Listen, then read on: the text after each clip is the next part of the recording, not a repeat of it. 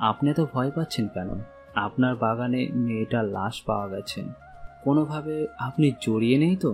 শাহজাহান তালুকদার হতবাক হয়ে তাকিয়ে রইলেন। চন্দ্র হতবম্ব আর শর্মী ক্ষুব্ধ। শর্মীর ইচ্ছে করলো এই লোকটাকে পুকুরে চুবিয়ে ধরে কিছুক্ষণ এইরকম জঘন্য একটা কথা তার বাবাকে বলার জন্য। নিঝর এক নজর শর্মীর দিকে তাকিয়ে বলল, এটা আমার ডিউটি। যেহেতু লাশ আপনার বাগানে পাওয়া গেছে, তাই আপনিও সন্দেহভাজনের তালিকায় আছেন। শাহজাহান তালুকদার গম্ভীর হয়ে পড়ল। বেশ, আপনি না হয় তদন্ত করে সত্যিটা বের করুন। নিঝর হেসে বলল, আচ্ছা, আপনার কি মনে হয় টগর এই কাজটা করতে পারে? শাহজাহান তালুকদার বললেন, আমার কোনো ধারণা নেই ওর ব্যাপারে। আমি জানি ও ভীষণ উচ্ছৃঙ্খল একটা ছেলে, তবে এসব খুন খারাপি করার মতো কি তা জানি না। তবে ওর বাবাকে আমি চিনতাম, ওর বাবা ভীষণ ভালো মানুষ ছিলেন। নিঝর উঠে দাঁড়ালো। তার টগরের কাছে যেতে হবে। কেন জানি তার মনে হচ্ছে দুটো খুন কেন না কোনোভাবে জড়িত। চন্দ্র এগিয়ে এসে জিজ্ঞেস করলো, আমি কি আপনার সাথে আসতে পারি? আপনি মনে হয় টগরের সাথে দেখা করতে যাচ্ছেন। আপনি যদি অ্যালাউ করেন, আমি আপনার এই কেসটার সাথে থাকতে চাই। না না, কোনো ডিস্টার্ব করব না। আপনাকে আমার কেমন ব্যোমকেশের মতো লাগে। একদমে এত কথা বলে চন্দ্র মনে মনে হাসতে লাগলো। নির্ঝর হেসে বলল। সত্যবতী ও আসুক তাহলে। চন্দ্র আর চোখে তাকাতেই নির্ঝর হেসে ফেলল। শর্মী আসলো না। চন্দ্র বলল, শর্মি, তুই বাড়ি যা, শুভ্র একা আছে। নির্ঝর কিছুটা মনক্ষুণ্ণ হয়ে বলল, প্রেমের কোকিল যা একটু কুস্বরে ডেকে উঠতে চাইছিল, আপনি সেই কোকিলের গলা টিপে ধরলেন কেন আপা? চন্দ্র ভীষণ হাসি পেল। মন বলছে শর্মীর জন্যই মানুষটা বেস্ট হবে। শর্মীর মানসিক অবস্থা এখন যেমন, কাউকে ভীষণ দরকার তাকে মেন্টালি সাপোর্ট করার জন্য। চন্দ্র সিদ্ধান্ত নিল নিঝরের সাথে শেয়ার করবে এসব। টগরদের বাড়ি যেতে যেতে চন্দ্র নিঝরকে সবটা জানালো। সব শুনে নিঝর মুচকি হাসল শুধু। নিয়াজ বসে বসে হিসেব করছে, এমন সময় কাঙ্ক্ষিত নাম্বার থেকে টেক্সট এলো। নিয়াজ মুচকি এসে টেক্সট পড়তে গিয়ে মুখ কালো করে ফেলল। বিড়বিড় করে পড়ল, তালুকদার বাড়িতে লাশ রাখতে গিয়েছে কেন? চেয়ারম্যান তার নিজের দিকে সন্দেহের তীর দেখলে পুলিশের চাইতে বেশি আক্রমণ করে বসবে, যেখানে তুমি জানো তালুকদার হিসেবে নেই। তোমার এই অপেশার দায়িত্বের ব্যবহারের জন্য সামনের দিকে তোমার সাথে কাজ কম হতে পারে। নিয়াজের মেজাজ খারাপ হয়ে গেল। মেয়েটার লাশটাও নিজেই রেখে এসছে, ওখানে যাতে সাফ ও মরে লাঠিও না ভাঙে। পুলিশ যাতে চেয়ারম্যানকে সন্দেহ করে, তাহলে নিয়াজের সব দিকে লাভ। কিন্তু এখন দেখে ব্যাপারটা উল্টো ঘটে গেছে। নিয়াজ ফিরতি কল দিয়ে পড়ল, বস প্লিজ, আমাকে এবারের মতো একটা সুযোগ দিন। আমার ভুল হয়ে গেছে, আর কখনো এরকম হবে না। প্লিজ, আমার রুটি রুজি বন্ধ হয়ে যাবে। ওপাশ থেকে কেমন রোবটের মতো একটা স্বর পড়ল। Mind it. খট করে কল কেটে গেল। নিয়াজের যেন ঘাম দিয়ে জ্বর ছেড়ে গেল। পুরো উঠোনের সব পাতা ময়লা সব কিছু তুলে ফেলল টগর। শ্যাওলাধরা উঠোনের চেহারা বদলে গেল আস্তে আস্তে। টগর গোসল করে বের হয়ে এলো, পরনে একটা 3/4 প্যান্ট শুধু। কলিং বেল বাজতেই মেজাজ বিগড়ে গেল টগরে। এই ভর দুপুরে কে এলো আবার? দরজা খুলে দেখে 32 দাঁত বের করে নির্ঝর দাঁড়িয়ে আছে। টগরের দিকে তাকিয়ে নির্ঝর বলল, সারপ্রাইজ দিতে চলে এলাম। টগর রাগান্বিত হয়ে বলল, আপনার কি আর কোনো কাজ নেই? সারাক্ষণ আমার পেছনে লেগে থাকেন কেন? নির্ঝর হেসে বলল, আমার এই কাজও এটা টগর, আমার কাজও এটা টগর। তোমার পেছনে লেগে থাকাও আমার কাজ, আর আমার কাজ আমি ভালো করেই বুঝি। টগর বিরক্ত হয়ে ভেতরে সরে দাঁড়ায়। নির্ঝর কথা না বাড়িয়ে ভেতরে চলে আসে। চন্দ্র চারিদিকে তীক্ষ্ণ দৃষ্টিতে তাকিয়ে দেখছে। টগর বিরক্ত হয়ে পড়ল, আপনাকে কি ইনভাইটেশন কার্ড পাঠাতে হবে ভেতরে আসার জন্য? চন্দ্র মুচকি হাসল। নির্ঝর টগরের দিকে তাকিয়ে বলল, আমি আসার সময় এই ম্যাডামও চলে এলেন, ওনার ইচ্ছে তদন্ত করে দেখার। টগর বলল, আপনার যা বলার আছে প্লিজ তাড়াতাড়ি বলুন, আমার প্রচণ্ড খিদে পেয়েছে। নির্ঝর হেসে বলল, একেবারে কাজের কথা মনে করেছ, খিদে তো আমারও পেয়েছে। টগর বিরক্ত প্রচণ্ড। ইন্সপেক্টর তার সাথে হেয়ালি করতে চাইছে। টগর কড়া গলায় বলল, আপনি নিশ্চয়ই আমার সাথে লাঞ্চ করতে চাচ্ছেন না? নির্ঝর আহত স্বরে বলল, কে বললো চাই না? আমি অবশ্যই চাই তোমার সাথে লাঞ্চ করতে। টগর হতাশ হয়ে সোফায় বসে পড়ল। তার ইচ্ছে করছে নিজের চুল নিজে ছিঁড়তে। নির্ঝর সোফায় গায়ে লিয়ে দিয়ে বসল। টগরকে সে সর্বোচ্চ বিরক্ত করবে। টগর নিজেকে সামলে পড়ল। গরম ভাত আর ডিম ভাজি চলবে? নির্ঝর হেসে বলল। দৌড়াবে? চন্দ্র আচমকা জিজ্ঞেস করল। রান্না করবে? রান্নার কেউ আছে? টগর বিড়বিড় করে বলল।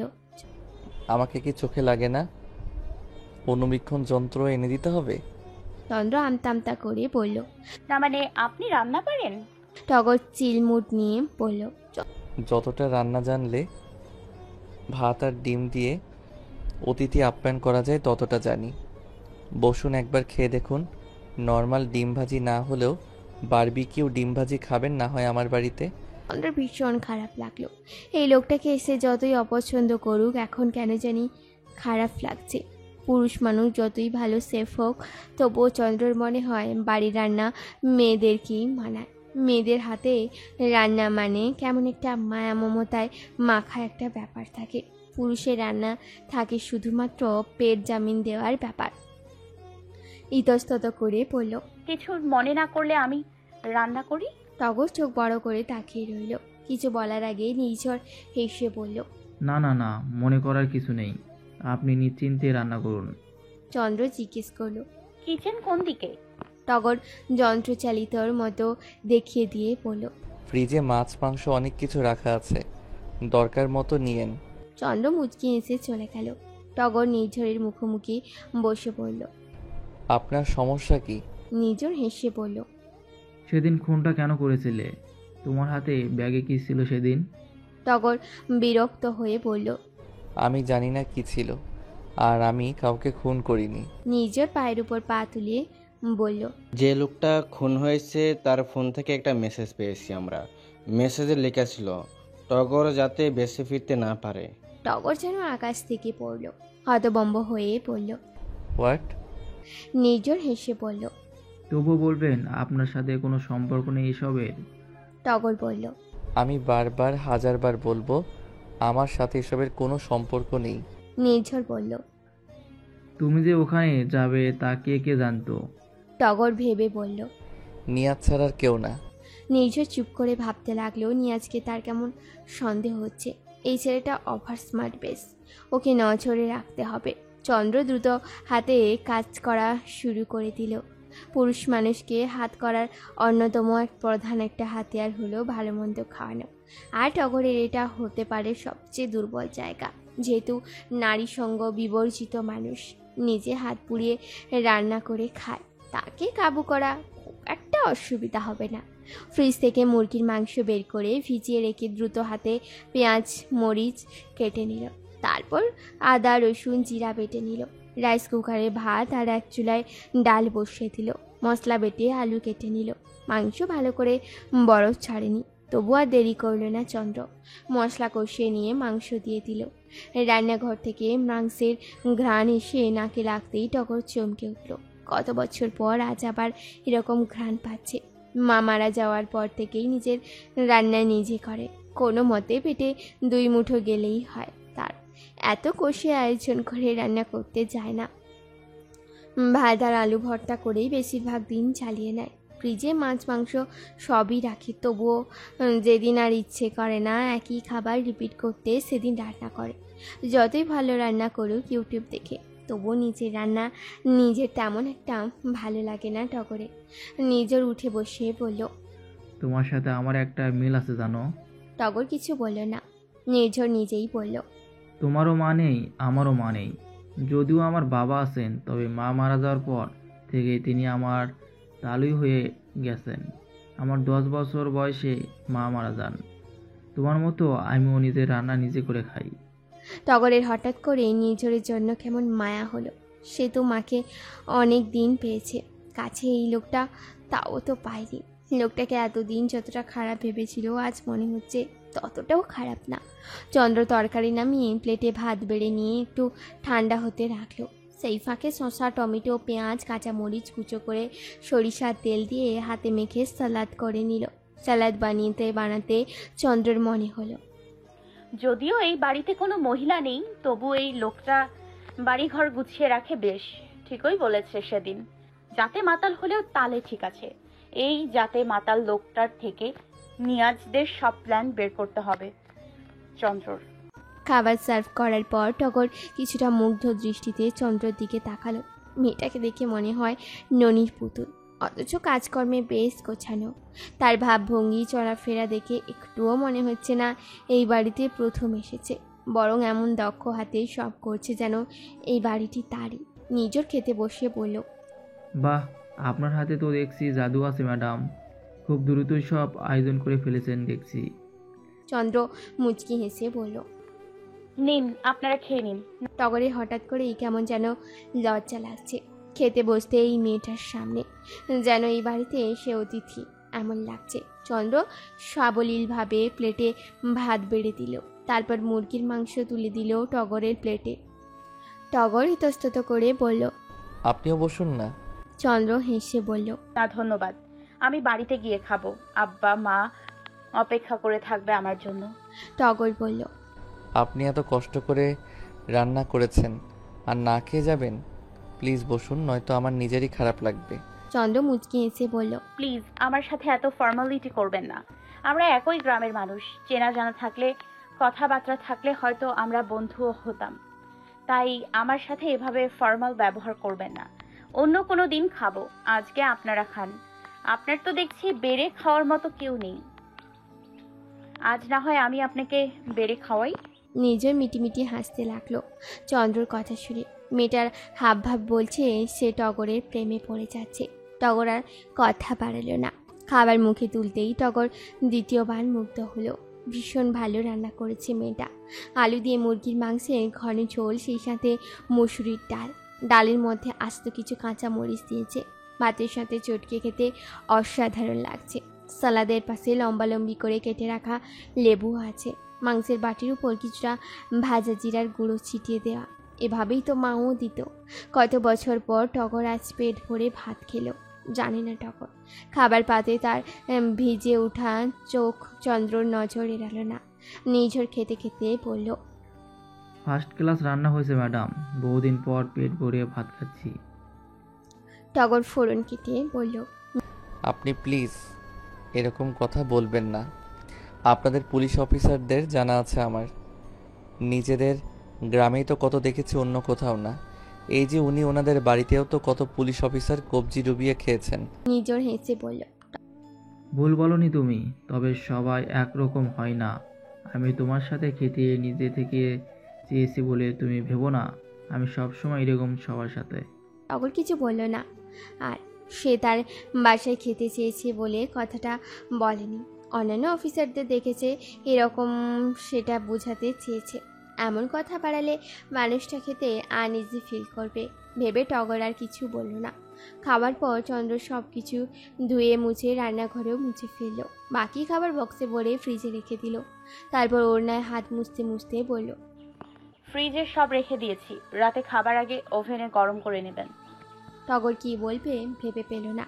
চেয়ারম্যান লোকটাকেই টগরের পছন্দ না, যেখানে তার মেয়ে এত কিছু করলো তার জন্য। কেমন লজ্জা অস্বস্তি হচ্ছে টগরের। চন্দ্র বুঝতে পেরে বলল, আপনি মনে হয় লজ্জা পাচ্ছেন এখনো।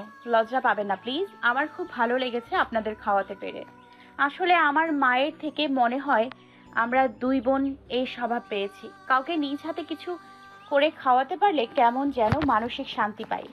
আমি আমার মানসিক শান্তির জন্যই এটুকু করেছি। টগর আর কিছু বলল না। আসলে কি বলবে তাই ভেবে পাচ্ছিল না। নিঝরা চন্দ্র চলে যেতেই টগর ঠান্ডা মাথায় ভাবতে বসলো তাকে কে খুন করতে চায়। খেলা শেষ করার সময় হয়ে গেছে তাহলে। নিঝর হাঁটতে হাঁটতে বলল, আপনি কি টগরকে ভালোবাসেন? আচমকা এমন প্রশ্ন শুনে চন্দ্র হতভম্ব হয়ে গেল। নিঝর হেসে বলল, না, আপনার হাবভাব তেমনই মনে হচ্ছে। আর আমার মন বলছে টগরের প্রতি আপনার একটা সফট কর্নার তৈরি হয়েছে। আপনি এর পরেও অনেকবার যাবেন টগরের কাছে ওকে রান্না করে খাওয়াতে। চন্দ্র হতবাক হয়ে পড়ল। আপনি কিভাবে বুঝলেন? নির্ঝর হেসে বলল, কিছু ব্যাপার বোঝা যায় এমনিতেই। টগর খাওয়ার সময় আপনার দু চোখ দিয়ে মায়া ঝরে পড়ছিল, দেখে মনে হচ্ছিল আপনার ভীষণ খারাপ লাগছে ওর জন্য। আসলে মেয়ে মানুষের মন একটু নরম বেশি তো। চন্দ্র কিছু বলল না। যেতে তো তাকে হবে। টগরের থেকে তথ্য আদায় করতে হলে তাকে যেতেই হবে। মনকে চন্দ্র প্রশ্ন করল, শুধু কি ইনফরমেশন পেতেই যাব? তাহলে মনটা এমন বিষণ্ণ হয়ে গেল কেন? আকাশের বুকে মেঘের আনাগোনা একটানা। শুভ্র বাড়ির ছাদে দাঁড়িয়ে আছে। দাঁড়িয়ে থাকতে থাকতে দেখলো বড় আপা আসছে। অনেকক্ষণ বাদে আপা বাড়ি আসলো। কে জানে কোথায় ছিল। চন্দ্র এসে আগে শর্মির রুমে গেল। শুভ্রও গেল সেখানে। শর্মি চন্দ্রকে দেখে দৌড়ে এসে জড়িয়ে ধরে বলল, আপা, আপারে নীলির এরকম হলো কেন আপা? চন্দ্র শর্মিকে জড়িয়ে ধরল। শর্মি কেমন দমবন্ধ লাগছে। সকাল থেকে যদিও খুব একটা খারাপ লাগেনি, সবার সাথে থাকায় বাড়িতে এসে একা হতেই নীলির সাথে কলেজে আসা যাওয়ার কথা মনে পড়তেই শর্মির অস্থিরতা শুরু হয়ে গেল। কতক্ষণ ছুটি করতো দুজন একসাথে। এখন কে যাবে শর্মির সাথে কলেজে? এতক্ষণ একা একা রুমে শর্মির অসহ্য কষ্ট হচ্ছিল। চন্দ্র বোনের মাথায় হাত বুলিয়ে দিতে লাগলো। শুভ্র একপাশে দাঁড়িয়েছিল এতক্ষণ, কিন্তু ছোট আপাকে কাঁদতে দেখে নিজে এগিয়ে গিয়ে আপার হাত চেপে ধরল। অবুজ ছেলেটার চোখের কোণে জল। বোনকে কাঁদতে দেখে সেও কাঁদছে। চন্দ্র খানিক জিরিয়ে বলল, তুই এভাবে ভেঙে পড়ছিস কেন? শর্মি বলল, আপা আমার খুব ভয় করছে। আমাদের গ্রামে এসব কি শুরু হয়েছে? আমার কেন জানি মনে হচ্ছে এরপর আমিও মারা যাব। চন্দ্র বোনের মাথায় হাত বুলিয়ে দিয়ে বলল, আমার সোনা বোন এরকম করে না। তুই ভুলে যাস কেন তুই কার মেয়ে? তোর দিকে কেউ হাত বাড়াতে হলে 100 বার ভাবতে হবে তুই কার মেয়ে। শর্মি বোনকে জড়িয়ে ধরে বলল, জানিস আপা, আমি ভেবেছিলাম এত বড় লজ্জা বাবা মা জানার আগে আমি নিজেকে শেষ করে দিব নিজেই। আজ যখন আব্বা নীলির লাশ দেখে কেমন কেঁপে কেঁপে উঠেছিল, তখন আমার বারবার মনে হচ্ছিল যদি আমিও এরকম করে ফেলতাম, আব্বা কিভাবে আমার লাশ দেখত? আব্বা কি নিজেকে সামলাতে পারতো? চন্দ্র বলল, এভাবে ভেঙে পড়িস না বোন, আমরা সবাই আছি। নীলির সাথে এরকম করেছে যে তাকে পুলিশ খুঁজে বের করবে। আজ না হয় কাল আসামি ধরা পড়বেই। শর্মি নিজেকে সামলে নিল।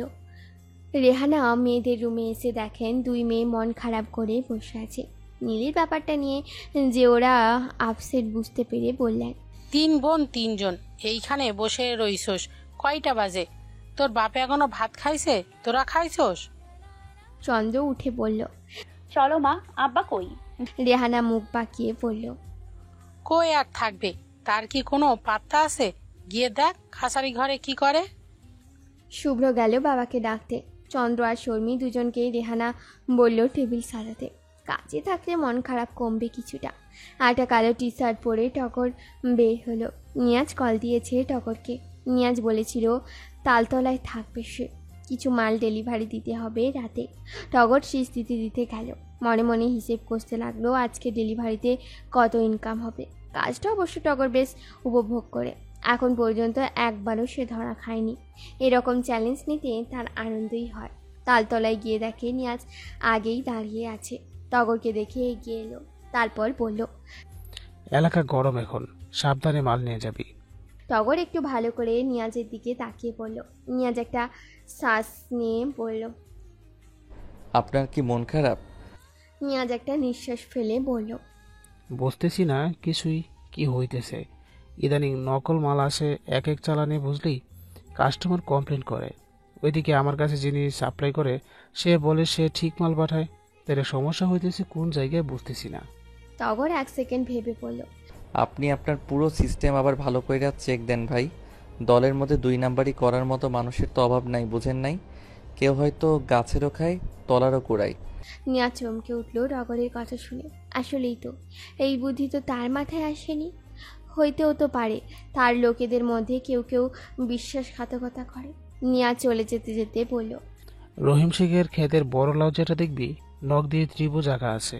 টগরকে একটা খাম দিয়ে নিয়াজ চলে গেল। টগর আগের মতো খুশি মনে শীষ দিতে দিতে লাউ কিনতে গেল। রহিম শেখের বাড়ি চেয়ারম্যানের বাড়ির সাথে চেয়ারম্যান বাড়ির কথা ভাবতেই টগরের ঠোঁটের কোণে হাসি ফুটে উঠল। চন্দ্র মেয়েটা বেশ করিতকর্মা, দেখতেও বেশ। ভাবতে ভাবতে নিজে নিজে আবার মুচকি হাসল টগর। মেয়েটার কথা এতবার কেন ভাবছে সে? দূর। রহিম শেখের ক্ষেতের কাছে এসে দেখে চন্দ্র দাঁড়িয়ে আছে। রহিম চাচার বউ লিপি চাচির পাশে। লিপি চাচি চন্দ্রকে বলল, কতদিন পরে তোমারে দেখছি আম্মা, ভালো আছো? চন্দ্র হেসে পড়ল। জি চাচি, ভালো আছি। লিপি চাচি চন্দ্রর হাতে লাউ দিয়ে বলল, না গো আম্মা, টাহা দেহন লাগতো না, এইটা তোমারে ভালোবাসা দিলাম। চন্দ্র বলল, না না চাচি, এই কথা বলবেন না, মা রাগ হবে যদি শোনে লাউয়ের দাম নেই নাই। লিপি চাচি হেসে বলল, তুমি ভাবি সাহেবরে কইও একটা সাসি তরফ থাইয়া উপহারের। তোমার মায় কতদিন কত কিছু দিছে, আমাগো কি সেই ক্ষমতা আছে তোমাগো লাইগা কিছু করার? আজ যখন সুযোগ আইছে আমার কথা খান রাখো আমা। চন্দ্র আর কিছু বলল না। ক্ষেতের সবচেয়ে বড় লাউটা তিনি চন্দ্রর হাতে দিলেন। টগর চমকে উঠল যখন দেখলো লাউয়ের উপর ত্রিভুজ চিহ্ন আঁকা। নিজের মাথার চুল নিজেই ছেড়তে ইচ্ছে করছে টগরে। চন্দ্রর সামনে না গিয়ে দ্রুত সরে গেল সেই জায়গা থেকে তালতলায়। চন্দ্রকে এই পথ ধরেই যেতে হবে। ক্ষেতের আইল দিয়ে যাওয়ার উপায় নেই কাদার জন্য। চন্দ্র কিছু দূর যেতেই দেখে টগর একটা গাছতলায় বসে আছে। মুচকি হেসে এগিয়ে গিয়ে বলল, আপনি? টগর বিস্ময়ে ভান করে বলল, আরে আপনি কোথা থেকে? লাউ নিতে এসেছেন বুঝি? চন্দ্র হেসে বলল, হ্যাঁ, মা পাঠালো একটা লাউ নিতে। টগর হেসে বলল, আপনাকে দেখে কিন্তু বোঝা যায় না আপনি যে গ্রামের সাধারণ একটা মেয়ে, দেখলে মনে হয় অন্যরকম। চন্দ্র হেসে বলল, কেমন? টগর বলল, না কিছু না। টগর বুঝতে পারলো টগর কিছু লুকাতে চাইছে। তাকে এই লোকটার সাথে ভাব জমাতে হবে। তাই আগে বাড়িয়ে নিচে থেকে বলল, আমাকে কি খুব খারাপ মেয়ে মনে হয়? টগরের আর ধৈর্য কুলাচ্ছে না এসব ঢং করে কথা বলতে। অথচ এখন উপায় নেই। এই মেয়ের সাথে ধৈর্য ধরে কথা বলতেই হবে। হাতের লাউটা আদায় করতে হবে। টগর মনে মনে ভাবলো, আমার এত খারাপ দিন কবে এলো যে একটা লাউয়ের জন্য একটা মেয়ের সাথে মিষ্টি মিষ্টি কথা বলতে হচ্ছে। মুচকি হেসে বলল, সত্যি বলতে আপনাকে দেখলে মনে হয় ভীষণ অহংকারী, মানে চেয়ারম্যানের মেয়ে একটা অন্যরকম ভাবসাব। অথচ আপনার সাথে মিশলে বোঝা যায় আপনি কতটা অমায়িক। চন্দ্র মনে মনে বলল, আমি অমায়িক নাকি তা বুঝবে যেদিন আমি কালসাপ হয়ে সবল দিব। মুখে বলল, একটু বেশি হয়ে যাচ্ছে এবার, এতটাও না যতটা বলছি। দুজন হাঁটতে লাগলো।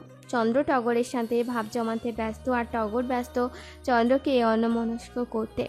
কথায় কথায় টগর চন্দ্রকে নিজের বাড়ির দিকে নিয়ে গেল। কিছুটা গিয়ে চন্দ্রর মনে হলো ভুল রাস্তায় চলে এসছে।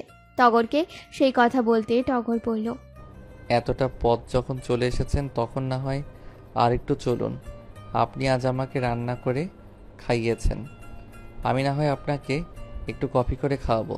চন্দ্র বিব্রত হয়ে বলল, না না না, তা লাগবে না, অন্য কোনো দিন হবে। টগর নাছর বান্দা মুখে কৃত্রিম অভিমান ফুটিয়ে তুলে বলল, বুঝেছি, আপনার আমাকে ঠিক ভালো লাগছে না, অসুবিধা নেই। চন্দ্র লজ্জিত হয়ে বলল, আরে না না না, তা হবে কেন? আচ্ছা চলুন। টগর মুচকি হাসলো। কাউকে কনভিন্স করার গুণ তো তার সেই স্কুল লাইফ থেকে। আর একটা মেয়েকে সে কনভিন্স করতে পারবে না। চন্দ্র মনে মনে ভাব, ছেলেটা কি আমাকে একটু একটু পছন্দ করতে শুরু করেছে? আমার সম্পর্কে ওর ধারণা কিছুটা বদলেছে। চন্দ্রর হাতের লাউটা টগর হাতে নিয়ে বলল, কতক্ষণ ধরে বয়ে বেড়াবেন এই বোঝা? আমার কাছে দিন এবার। চন্দ্র মুচকি হাসলো। টগরের জানে পানি এলো। আর চোখে তাকিয়ে দেখলো লাউয়ের গায়ে খুব সূক্ষ্মভাবে কাটা চিহ্ন দেখা যাচ্ছে। নিজের কুসুমপুরে 20 থেকে 25 বছর আগের ফাইল নিয়ে বসেছে। এই গ্রামের সব হিস্ট্রি তার জানতে হবে। সীমান্তবর্তী গ্রামগুলোতে সাধারণত ক্রাইম বেশি হয়ে থাকে, এখানেও সেই। দেখতে দেখতে একটা তথ্য জানতে পারলো নির্ঝর। আর জেনে বেশ অবাক হলো। রাস্তা থেকে বাড়ি খানিকটা দূরে। টগর চন্দ্রকে হাসানোর জন্য বিভিন্ন গল্প করছিল, আর চন্দ্র মনে মনে ভাবছিল, কে বলবে এই হাসি খুশি প্রাণবন্ত ছেলেটা ক্রিমিনাল, নেশাখোর, ছন্ন ছাড়া হয়ে গেলে কি মানুষ নিজেকে ধরে রাখতে পারে না? আর টগর বিরক্ত নিজের উপর নিজে। একটা মেয়েকে ইমপ্রেস করা এত টাফ। আগে তো মনে হয়নি এরকম। কত মেয়েই তো একবার একটা পজিটিভ সাইন পাবার অপেক্ষায় থাকতো, অথচ এই মেয়েকে কিনা সামান্য কফি খাওয়াতে রাজি করাতে গিয়ে ঘাম ছুটে গেল। সেই সাথে কত নাটক যে করতে হলো। উফ বাবা, কেমন মানুষ প্রেম করে! কতটা অভিনয় প্রতিভা থাকলে মানুষ প্রেম করতে পারে। টগর তাই ভাবছে। চন্দ্রর কেমন আনইজি লাগছে। সকালে এসেছিল তখন ইন্সপেক্টর নির্ঝর সাথে ছিল, এখন আর কেউ সাথে নেই। এই লোকটা যদি চন্দ্রকে মেরে ফেলে অথবা যদি নিয়াজকে খবর দেয়, কোন ভরসা এলো চন্দ্র এখানে? বাড়িতে কাউকে তো বলেও আসে নিজে এই বাড়িতে আছে। নিজে বোকামির জন্য নিজের চুল নিজে ছিঁড়তে ইচ্ছে করছে চন্দ্র। টগর লাউটা হাতে নিয়ে সোজা রান্নাঘরে চলে গেল। তারপর চন্দ্রকে বসতে বলে ঘর থেকে বের হয়ে গেল। সুপারি বাগানটার পরে টগরের ছোট চাচার বাড়ি। ওই বাড়িতে গিয়ে চাচাতো বোন রিমিকে ডেকে আনলো। চন্দ্র একা একা বসে রইল, তার ভীষণ ভয় হচ্ছে। টগর ঘর থেকে বের হতেই চন্দ্রর মনে হলো ও বুঝি নিয়াজকে খবর দিতে গেছে। কেমন আতঙ্কিত লাগছে চন্দ্র। নিজেকে নিজের সাহস দিয়ে চন্দ্র বলল, এত ভেঙে পড়ছো কেন? এত ভেঙে পড়ছো কেন? এর চাইতেও দুঃসাহসিক কাজও তো তুমি করেছো চন্দ্র। শান্ত হও। মন বারবার ভয় পাচ্ছে, অথচ মস্তিষ্ক বারবার বলছে কিচ্ছু হবে না, তোমার কোনো ক্ষতি হবে না। মন ও মস্তিষ্কের এই দোলাচলে ভুগতে ভুগতে টগর ফিরে এলো। রিমি চন্দ্রকে দেখে হতভম্ব হয়ে গেল। টগর বলল, আমার মেহমান উনি, একা একা বোর হবে ভেবে তোকে নিয়ে এলাম। তোরা গল্প কর, আমি কফি নিয়ে আসছি। রিমি তখনও অবাক হয়ে তাকিয়ে আছে। চন্দ্র বিব্রত হয়ে বলল, কেমন আছেন আপনি? রিমি বিড়বিড় করে বলল, ভালো আছি, আপনি?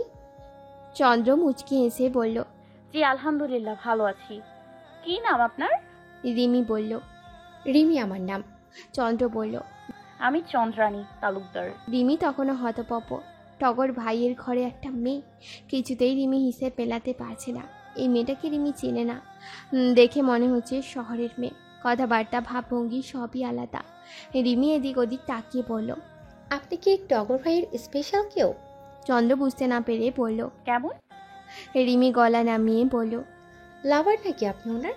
চন্দ্র লজ্জিত হয়ে বলল, আরে না, কি বলেছেন এসব? রিমি অবিশ্বাসের সুরে বলল, মিথ্যে কথা কইবেন না বা। কেউ না হইলে টগর ভাই এমনি এমনি কাউরে বাড়িতে আনে, আবার তার লাইগা কফিও বানাইতে যায়। টগর ভাই তার ঘরে কাউরে জায়গা দেয় না, আমার ঘরেও না। মাঝে মাঝে আমার মা আমি আসি এই বাড়িতে, যতই চেষ্টা করি একটু কিছু করে দেওয়ার, উঠান বাড়ি ঝাড়ু দিয়ে দেওয়ার, ঘরটা মুছে দেওয়ার, কিছুতেই উনি রাজি হন না। এমনকি গল্প করতে আসতে দেন না কাউরে, একটা কাজের মেয়েও রাখতে চান না। পুরো মহিলা মানুষ অ্যাভয়েড করে চলেন, অথচ সেখানে আপনাকে নিজে নিয়ে এলো। কিছু না কিছু তো আছেই। চন্দ্র হেসে বলল, বিশ্বাস করুন এরকম কিছুই না। উনি আমার পরিচিত শুধু। তাছাড়া এক গ্রামের মানুষ যখন একজন অন্যজনের বাড়ি আসতেই পারে। টগর রান্নাঘরে দরজা বন্ধ করে কাটা জায়গায় বারবার লাউটা আলাদা করে ফেললো। তারপর দ্রুত হাতে সবগুলো প্যাকেট বের করে নিল। লাউটা আবারও আগের মতো জোড়া দিয়ে রেখে কফি বানাতে বানাতে মনে পড়লো এই লাউ যখন ওর বাড়িতে নিয়ে রান্না করার জন্য কাটতে যাবে তখন তো বোঝা যাবে এটা আগেই কাটা ছিল। ফ্রিজ থেকে ফ্রোজেনের করে রাখা পিৎজা বের করে ওভেনে দিল টগর। তারপর রান্নাঘরে দরজা খুলে দিল যাতে ওদিকে শব্দ যায়। তারপর তাকের উপর থেকে সিল ফাটা ফেলে দিল লাউয়ের উপর। মুহূর্তে খণ্ড বিখণ্ড হয়ে গেল লাউটা। ধপ করে ভারী কিছু পড়ার শব্দ পেয়ে রিমি আর চন্দ্র দুজনেই ছুটে গেল রান্নাঘরের দিকে। গিয়ে দেখে টগর অপ্রস্তুত হয়ে দাঁড়িয়ে আছে। চন্দ্রকে দেখে লজ্জিত হয়ে বলল, এক্সট্রিমলি সরি চন্দ্রানী, আসলে আমার সাথে ধাক্কা লেগে পাটাটা পড়ে গেল নিচে। আপনার লাউটা একেবারে নষ্ট হয়ে গেছে।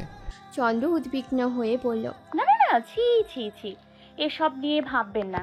আপনার কোথাও লাগেনি তো? আপনি ঠিক আছেন? টগর হেসে বলল, আমি ঠিক আছি, প্লিজ কিছু মনে করবেন না আপনি। চন্দ্র হেসে বলল, কি যে বলেন, সামান্য একটা লাউ ছিল। টগর মনে মনে বলল, আপনার কাছে যেটা সামান্য লাউ আমার কাছে সেটা অসামান্য জিনিস। পিৎজা বেক হতেই ওভেন থেকে বের করে নিল টগর। তারপর ট্রেতে করে কফি পিৎজা সাজিয়ে সার্ভ করলো। রিমি তখনও অবাক। টগর ভাই আজ প্রথম তার হাতের পিৎজা খাওয়াচ্ছে তাকে, অথচ কতদিন ওরা সবাই মিলে বলেছিল কখনোই রাজি হয়নি। রেস্টুরেন্ট থেকে হোম ডেলিভারিতে ওদের বাড়ি পাঠিয়েছে। সব সময় বলতো আমার ছন্নছাড়া জীবন গুছিয়ে দিতে যে আসবে আমার জীবনে তাকে খাওয়াবো আমার নিজের হাতের পিৎজা। এই কি সেই তাহলে? কফি খেতে খেতে চন্দ্র বলল, আপনি পিৎজাও বানাতে পারেন? রিমি ফোড়ন কেটে বলল, আপনি হয়তো বিশ্বাস করবেন না, ভাইয়া কখনোই ওনার বানানো পিৎজা আমাদের কাউকে খাওয়ায়নি। সব সময় বলতো যে তার বউ হবে তাকে খাওয়াবে শুধু। আজকে আপনার সুবাদে খেতে পারলাম। টগর আড়ষ্ট হয়ে গেল রিমির কথা শুনে। এটা ঠিক যে তার একটা সুপ্ত ইচ্ছে ছিল এটা, কিন্তু আজকে চন্দ্রকে বাসায় এনে শুধু কফি খাওয়াতে ইচ্ছে করলো না। তাই বলে রিমি এরকম কিছু ভেবে নিবে তাও টগরের ধারণায় ছিল না। চন্দ্র বিব্রত হয়ে বলল, আমি উঠি, বাসায় চিন্তা করবে। টগর উঠে দাঁড়িয়ে বলল, চলুন আপনাকে এগিয়ে দেই। রিমি তুই চলে যা। রিমি বের হতে হতে বলল, উনি কে টগর ভাই? টগর হেসে বলল, চিনিস না তো তুইও? উনি চেয়ারম্যান সাহেবের বড় মেয়ে। অবশ্য গ্রামে থাকে না উনি, তাই চিনিস না।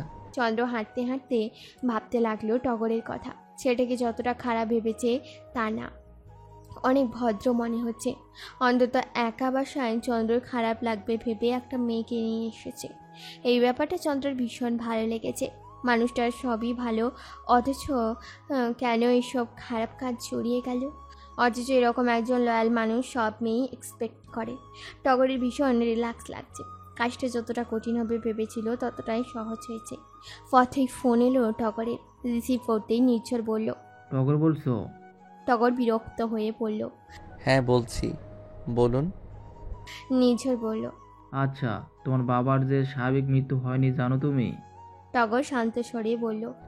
হ্যাঁ জানি। নির্ঝর বলল, আমাকে তো বলনি এই কথা।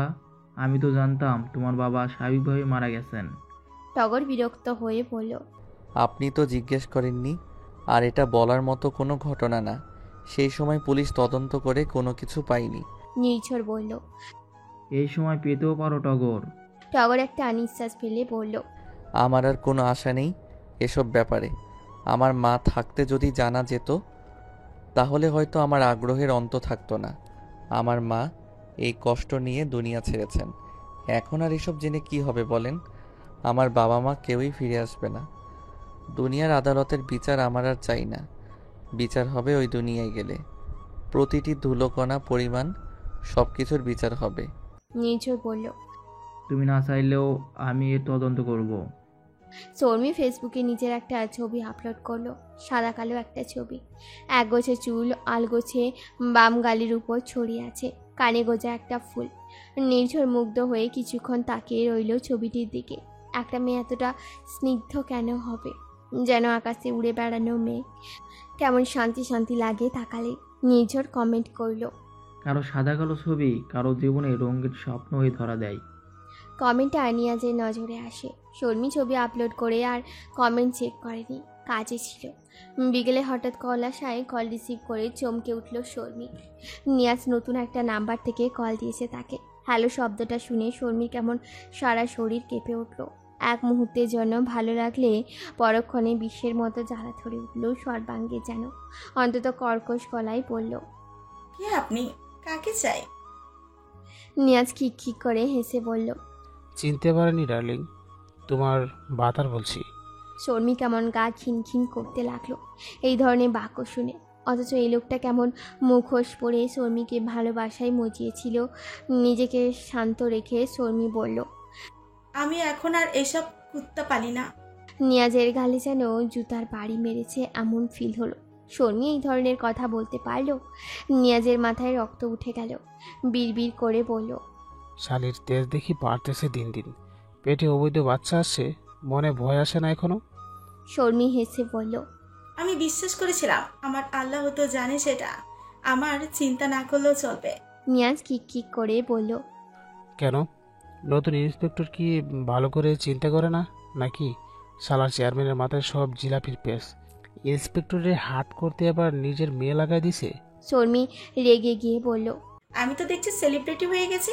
মানুষের কত আজাইরা সময় থাকলে বসে বসে আমাদের ব্যাপার নিয়ে চিন্তা করে। তবে আমার না এত সময় নেই। আশেপাশে অনেক কুকুর আছে তো, তাদের ঘেউ ঘেউ অনেক শুনি। তাই ফোনে আবার ঘেউ ঘেউ শোনার ইচ্ছে নেই, রাখছি। কল কেটে শর্মি নাম্বার ব্লক করে দিল। তার কেমন শান্তি শান্তি লাগছে এভাবে জবাব দিতে পেরে। কেমন কুকুর তেমন মুগুর না হলে একটা বিশ্বাসঘাতকে কেন সুযোগ দিবে? কিন্তু ইন্সপেক্টরকে নিয়ে এসব কথা কেন বলল নিয়াজ? দেয়ালে ঘুষি মেরে নিয়াজ একটা গালি দিল শর্মিকে। এত তেজ তার। 2 দিন আগেও যেই মেয়ে ফোন করে কান্নাকাটি করতো, তার এত বদল হলো কিভাবে? কিচ্ছু হচ্ছে না নিয়াজের প্ল্যান মতো।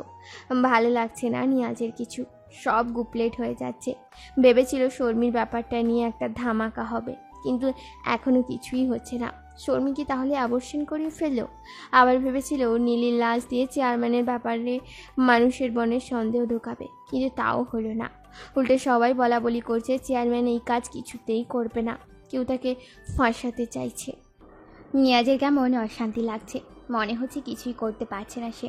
সব মাল ডেলিভারি দিয়ে টগর এলো নিয়াজের সাথে দেখা করতে। গেঞ্জির ভেতর থেকে একটা বোতল বের করে খুলে চুমুক দিয়ে খেয়ে নিল অর্ধেকটা, তারপর বলল, বুঝলেন ভাই, এই দুনিয়ায় কোনো শান্তি নাই, শান্তি শুধু এই মদের বোতলে আছে। নিয়াজ বিরক্ত হয়ে পড়ল। বাজে বকিস না, মন মেজাজ খারাপ হয়ে আছে। টগর হেসে বলল। নিয়াজ একটা বোতল খোলো, সব মিটে যাবে। কিছু বলল না। টগর পুরো বোতল শেষ করে চিটপটাং হয়ে শুয়ে পড়ল।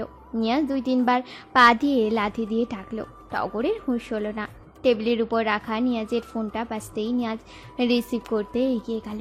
ওপাশ থেকে একটা ভারী স্বর ধমকের সুরে বলল, গাছেরও খাবে, তলারও কুড়াবে। মাল কিভাবে পাল্টায়, কে পাল্টায়? বেশ কয়েকদিন ধরে কমপ্লেন আসছে। নিয়াজ আমতা করে বলল। বস, আমি নিজেও বুঝতেছি না। ওপাশ থেকে রাগী মানুষটা বিরক্ত হয়ে বলল, এইভাবে হলে তোমাকে তো রাখা যাবে না। নিয়াজ মিনমিন করলো, বলল, আমি আমার পুরো সিস্টেম চেক করতেছি বস, আমার একটা আবদার ছিল আপনার কাছে। ওপাশের মানুষটা বলল, আগে নিজের সিস্টেমের সমাধান করো, এরপর আমার সাথে কথা বলতে এসো। খট করে নিয়াজের মুখের উপর ফোন কেটে গেল। নিয়াজ মুখ ভোতা করে বসে রইল। মাথায় ঢুকছে না কাকে সন্দেহ করবে সে। তার সাপ্লায়ার তো 8 জন, এদের মধ্যে কে প্রতারণা করছে কিভাবে বুঝবে নিয়াজ? টগরের দিকে চোখ যেতেই নিয়াজ আবারও গিয়ে 2-3টা লাথি দিয়ে ডাকতে লাগলো। সাড়া না পেয়ে এক মগ পানি এনে ঢেলে দিল টগরের গায়ে। টগর লাফিয়ে উঠে বসতেই নিয়াজ বলল, আমার একটা হেল্প লাগবে তোর। টগর দেয়ালে হেলান দিয়ে বসে বলল, কি হেল্প? নিয়াজ কিছুক্ষণ ভেবে বলল, আমার সাথে কে প্রতারণা করতেছে সেটা বের করতে হবে খুঁজে, আমি এই দায়িত্ব তোকে দিলাম। টগর টলতে টলতে বলল, ওকে বস, কাজ হয়ে যাবে। আমাকে একটা সিগারেট দিতে পারেন? নিয়াজ বলল, দিচ্ছি এনে।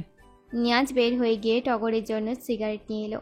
এই মাতালটা ব্রেন ভালো নিয়াজ জানে, মাতাল মদের লোভে সব করতে পারে। সিগারেট ধরিয়ে টগর বলল, আমার সাথে আপনিও যাবেন, কিন্তু একসাথে যাব। আমি তো আপনার লোকদের চিনব না। নিয়াজ বলল, বেশ, তাহলে রাতে বের হব। রাতে টগর আর নিয়াজ দুজনেই গেল। নিয়াজ আড়ালে থাকলো। টগর কাস্টমার সেজে সবার থেকে মাল নিল। একজনের ব্যবসা এক স্পটে। টগর ভাবতো শুধু তার মতো বাউন্ডুলিরাই এসব করছে, অথচ এখন দেখছে এদের মধ্যে কেউ কেউ আছে অতি ভদ্রলোক। চেক করে দেখে সবার মালই ভালো, অরিজিনাল মাল। নিয়াজ একদলা থুতু ফেলে বলল, শালারা সব দিনে মনে হয় এরকম 2 নাম্বারই করে না। টগর বলল, আমারে তো চেক করলেন না, আমিও তো হইতে পারি। নিয়াজ মনে মনে বলল, তুই যে জাত মাল নিজে মানুষের নেশা করতে কস, তুই আবার কি নকল মাল বেচবি? মুখে বলল, তোর পরীক্ষা সবার আগে করছি। টগর হাঁ হয়ে গেল শুনে। পরের দিন সকালবেলা চন্দ্র টগরের বাসায় গেল টগরের জন্য নাস্তা বানিয়ে নিয়ে। আজ সাথে শর্মিকে নিয়ে গেল। টগর সবেমাত্র কফিতে চুমুক দিচ্ছে, পরনে একটা 3/4 প্যান্ট আর খালিকা।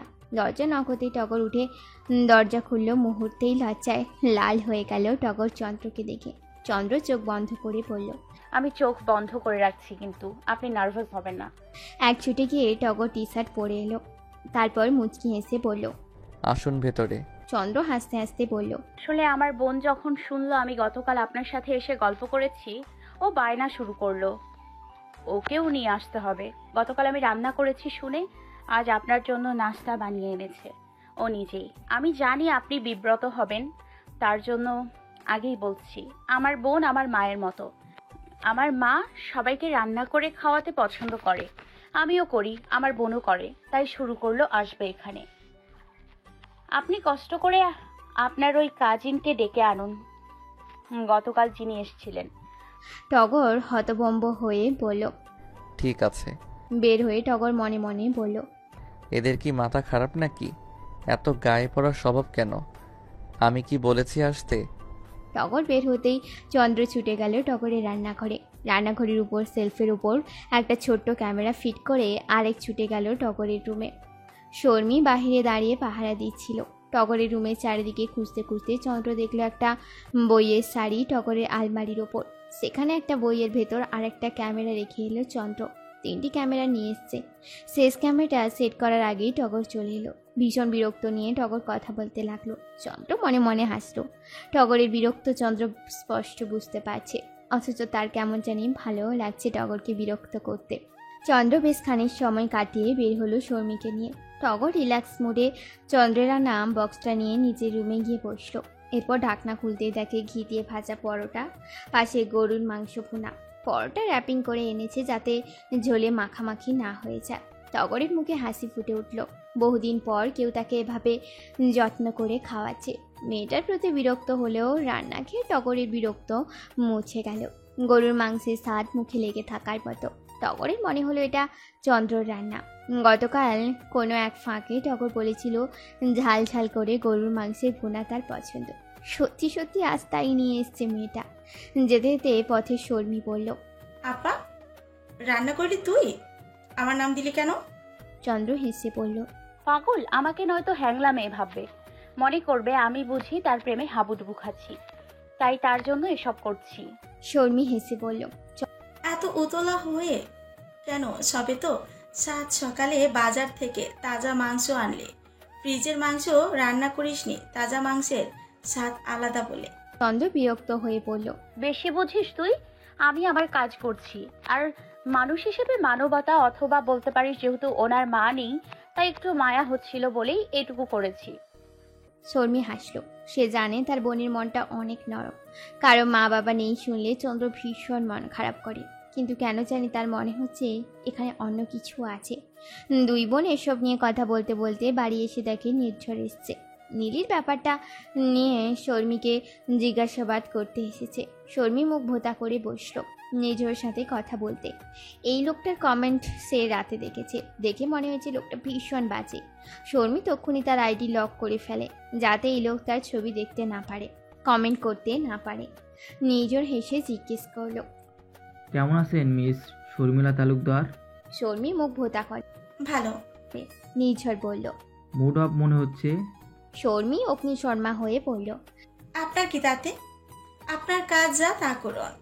অন্যের মুড নিয়ে ভাবতে নিশ্চয়ই আসেননি। নির্ঝর মাথা নাড়িয়ে বলল, তা ঠিক। আচ্ছা, আমরা কাজের কথায় আসি। নীলের সাথে আপনার কেমন সম্পর্ক ছিল? মানে আপনাদের বন্ধুত্ব কেমন ছিল? শর্মি মন খারাপ করে বলল, নীলি আমার বেস্ট ফ্রেন্ড ছিল না হয়তো, কিন্তু আমাদের সম্পর্ক খুব ভালো ছিল। একই সাথে কলেজে যাওয়া আসা করতাম আমরা দুজনে। একসাথে আসা যাওয়া করতে করতে একে অন্যের ভালো বন্ধু হয়ে যায়। নীলি প্রায় সময় আমাদের বাড়িতে আসতো ছুটির দিন হলে। সকাল থেকে গল্প আড্ডা দিয়ে সন্ধ্যায় চলে যেত। নির্ঝর জিজ্ঞেস করলো, আপনার ফ্যামিলির মেম্বাররা নীলিকে কিভাবে নিত? আর আসা যাওয়া এসব যা সত্যি তা বলবেন। শর্মি অবাক হয়ে বলল, আপনি কি আমার পরিবারের মানুষদের সন্দেহ করছেন নাকি? দেখুন, আমার মা নীলিকে অনেক পছন্দ করত। নীলি এলে মা ধরে ওর চুলে তেল লাগিয়ে দিত। আমরা একসাথে দুপুরে খেতাম আব্বা সহ। এমনকি আমার আব্বা তো নীলিকে কখনো একা বাড়িতে যেতেও দিত না, বাবুল কাকাকে দিয়ে ওকে বাড়ি পাঠাতো। নির্ঝর বলল, বুঝতে পেরেছি, এজন্য নীলির লাশ দেখে আপনার বাবা এমন ভেঙে পড়েছে। শর্মির চোখ ছলছল করতে লাগলো। নির্ঝর বলল, নীলির কারোর সাথে রিলেশন ছিল? শর্মি এক মুহূর্ত থেমে বলল, হ্যাঁ ছিল, শফিক নামের একজনের সাথে। তবে শফিক ভাই আর যাই হোক এই কাজ করতে পারে না। নির্ঝর বলল। এত কনফিডেন্স? শর্মি বলল, নীলি যেদিন হারিয়ে যায় পরদিন সকালে আপা আর আমি শফিক ভাইয়ের দোকানে যাই। আমাকে দেখে শফিক ভাই মিষ্টি করে হাসল। উনি নিজেই বলেছেন আগের রাত থেকে নীলিকে ফোনে পাচ্ছেন না। নীলির বাড়িতে বিয়ের কথা চলছিল। শফিক ভাই ওকে পালিয়ে যেতেও বলেছিল। নীলি যদি ওনার সাথে পালাতো রাতে, উনি নিশ্চয়ই পরদিন দোকানে আসতেন না কাজে। নির্ঝর বলল, আপনার আপার মনে হচ্ছে এসব ব্যাপারে বেশ ইন্টারেস্ট। শর্মি তীক্ষ্ণ দৃষ্টিতে তাকিয়ে পড়ল, আপনি নিশ্চয়ই আমার আপাকে সন্দেহ করছেন না? নির্ঝর হেসে বলল, সত্যি বলতে আমি আপনাকেও সন্দেহ করছি, আমার কাজেই সন্দেহ করা। তবে তাই বলে ভাববেন না ব্যক্তিগত জীবনে আমি এরকম, সেখানে আমি অন্য মানুষ। শর্মী বিরক্ত নিয়ে তাকাতেই হেসে পড়ল। আপনি এত শিওর হচ্ছেন কিভাবে শফিকের ব্যাপারে? হতেও তো পারে ও নিজেকে সন্দেহ মুক্ত রাখতে আপনার সাথে অভিনয় করেছে।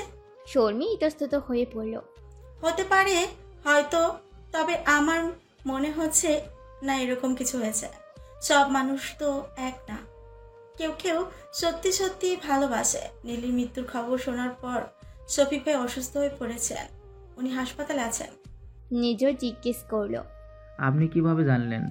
শর্মী বলল। আপা খবর নিয়েছে। নির্ঝর বলল। আপনি যেতে পারেন, দরকার হলে আবারও জিজ্ঞাসাবাদ করতে আসব। নির্ঝর বলল। আপনি যেতে পারেন, দরকার হলে আবারও জিজ্ঞাসাবাদ করতে আসব। শর্মী যেতে নিতেই নির্ঝর পেছন থেকে বলল। কেউ কেউ কিন্তু সত্যি ভালোবাসতে পারে, আমিও তাদের দলে। শর্মী পেছনে তাকিয়ে পড়ল। আমাকে এইসব বলার মানে কি? নির্ঝর হেসে পড়ল। এমনি জানিয়ে রাখলাম, আপনি জানেন না তো তাই। শর্মী আর দাঁড়ালো না। চ্যানেলের সদস্যবেলায় 12টায় একটা বিশেষ ভিডিও প্রচার করা হলো। কুসুমপুর নামক এক সীমান্তবর্তী গ্রামে অবাধে কেমন ড্রাগ বিক্রি হচ্ছে। পুরো দেশের মানুষ হতবাক হয়ে দেখছে। আর এর ক্রেতারা সবাই 15 বছর বয়সী কিশোর থেকে শুরু। কেউ দোকানদারির আড়ালে ড্রাগ বিক্রি করছে, কেউ বা স্টেশনে কুলির কাজের আড়ালে ড্রাগ বিক্রি করছে, কেউ রিক্সা চালক, কেউ ভিক্ষুক, একজন এক ছদ্মবেশে আছে। নির্ঝর হতবাক হয়ে তাকিয়ে আছে টিভির দিকে। যাদের সন্ধানে সে লোক লাগিয়ে রেখেছে আজ টিভিতে তাদের সন্ধান দিচ্ছে তাকে। অনুষ্ঠান চলাকালীন নির্ঝরের কেবিনের টেলিফোন বাজতে শুরু করলো। একের পর এক উপর মহল থেকে ফোন আসছে। নির্ঝরের কান ব্যথা হয়ে গেল শুনতে শুনতে। সবার এক কথা, আজকের দিনের ভেতরেই তা এদের সবাইকে থানায় পুরতে হবে বলে অর্ডার দিচ্ছে। নির্ঝর ভাবতে লাগলো এই ভিডিও রেকর্ড করেছে কে। চ্যানেল সদস্য বলেছে তাদের নিজস্ব ক্রাইম রিপোর্টার এই ব্যাপারে নিজে অনুসন্ধান চালাচ্ছে। বিড়বিড় করে নির্ঝর বলল। এই কুসুমপুর জায়গাটার সব মানুষ কেমন মুখোশধারী বলে মনে হয়। কে ভালো আর কে অপরাধী কিছুই বুঝতে পারছি না। একে তো ওপর মহলের চাপ ছিল এতদিন, এখন আবার এই চ্যানেলের জার্নালিস্ট এভাবে টিভিতে এসব প্রচার হলে তো জনগণ পুলিশকে ভরসা করবে না। অথচ এসব চ্যানেল তাদের টিআরপির জন্য সব কিছু করতে পারে। নিয়াজ টিভিতে এই অনুষ্ঠান দেখে ভূত দেখার মতো চমকে গেল। মুহূর্তেই তার পায়ের নিচে মাটি সরে গেল যেন। টিভিতে যাদের গোপনে ভিডিও করে দেখানো হচ্ছে এরা সবাই তো নিয়াজের লোক। নিয়াজের মনে হলো তার প্রাণ বুঝি এখনই চলে যাবে। পুলিশ ওদের ধরতে পারলে নিয়াজের নাম জেনে যাবে পুলিশ। এরপর নিয়াজ আর ভাবতে পারছে না, সারা শরীর থরথর করে কাঁপছে। গতকাল রাতে টগরকে নিয়ে এদের সবার কাছে গিয়েছিল নিয়াজ, আর আজকে এই নিউজ। কে গতকাল রাতে তাদের পিছু নিয়েছিল? নাকি টগর এই কাজ করেছে? কিন্তু টগর কেন করবে? ওর তো রোজগারের করার পথ এটা। নিয়াজের ফোন বাজছে। ভয়ে নিয়াজ রিসিভ করছে না। চেক না করেও নিয়াজ বুঝতে পারছে কে কল দিয়েছে। বসকে কিভাবে সামলাবে নিয়াজ। চন্দ্র দুপুরে খেতে বসে বলল। আব্বা কাদের খানের ছেলেটারে তো পুলিশ খুঁজতেছে, শুনছেন? শাহজাহান তালুকদার চিন্তিত হয়ে বললেন।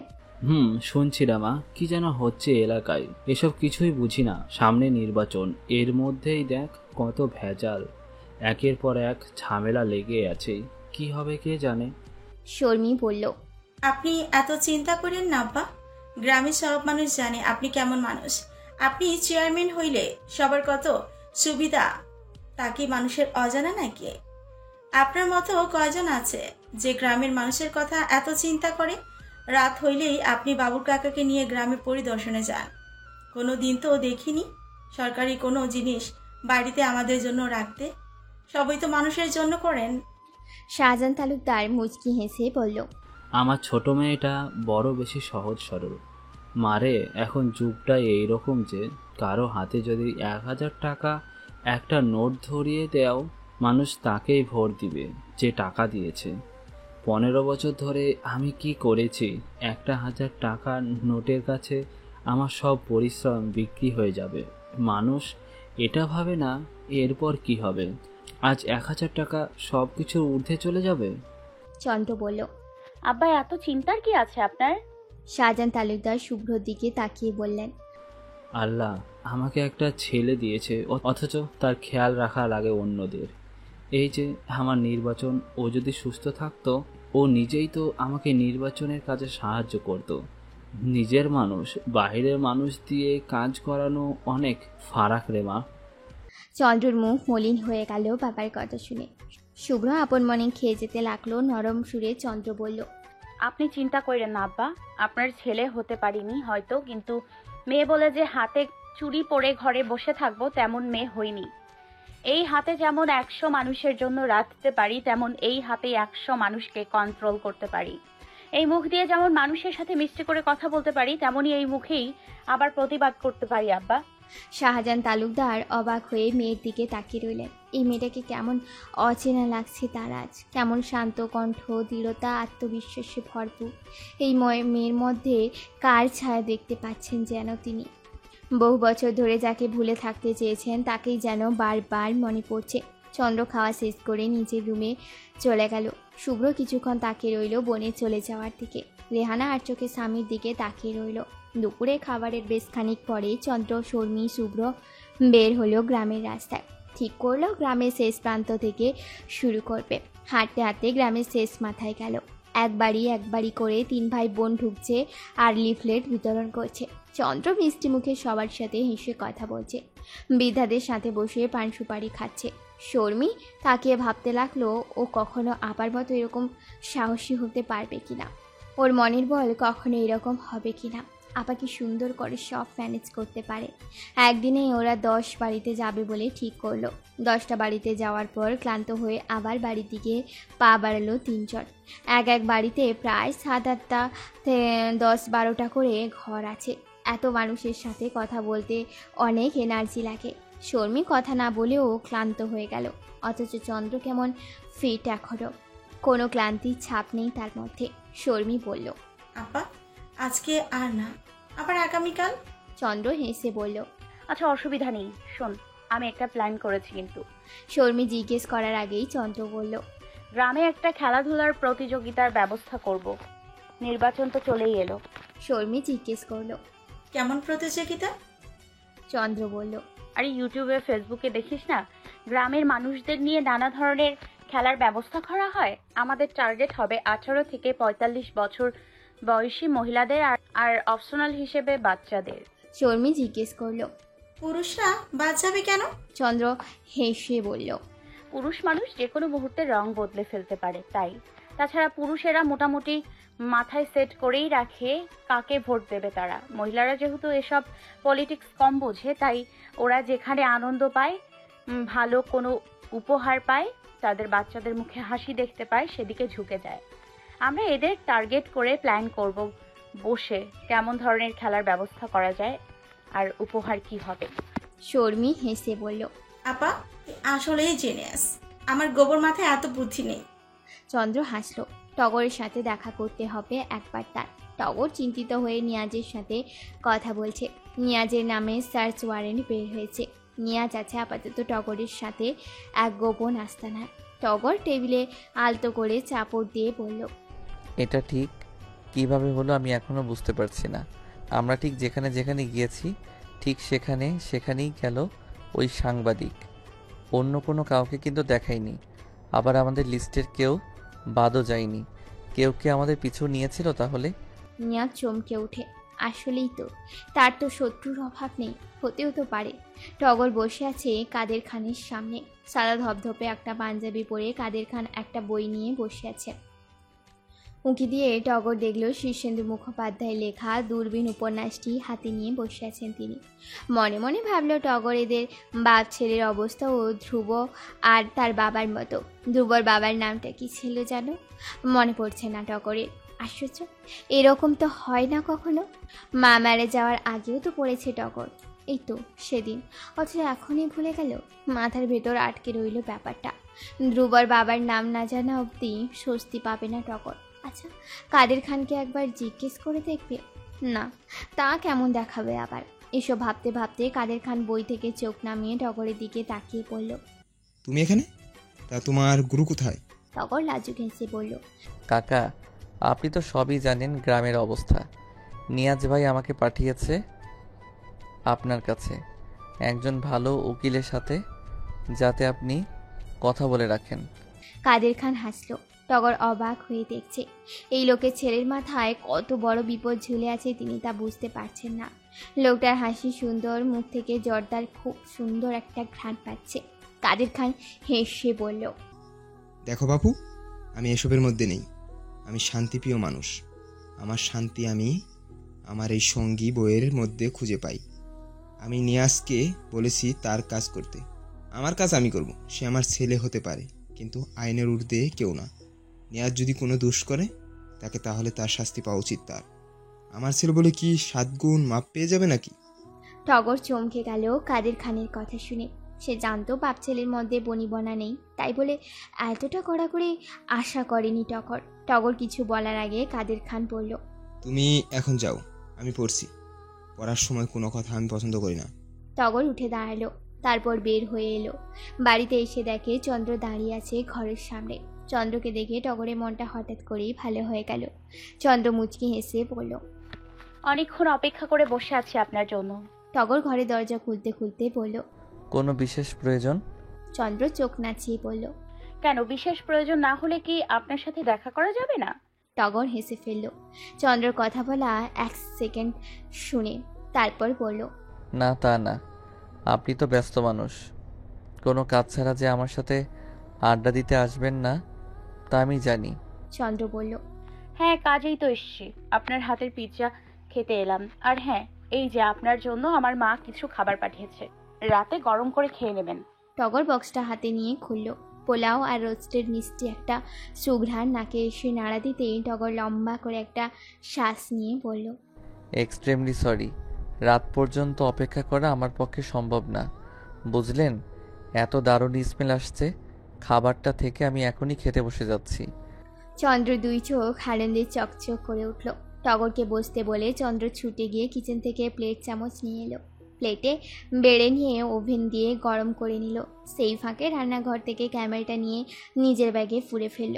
টগর 1 লগমা মুখে নিয়ে বলল, ভীষণ ভালো হয়েছে, ভাববেন না বাড়িয়ে বলছি, সত্যি বলছি।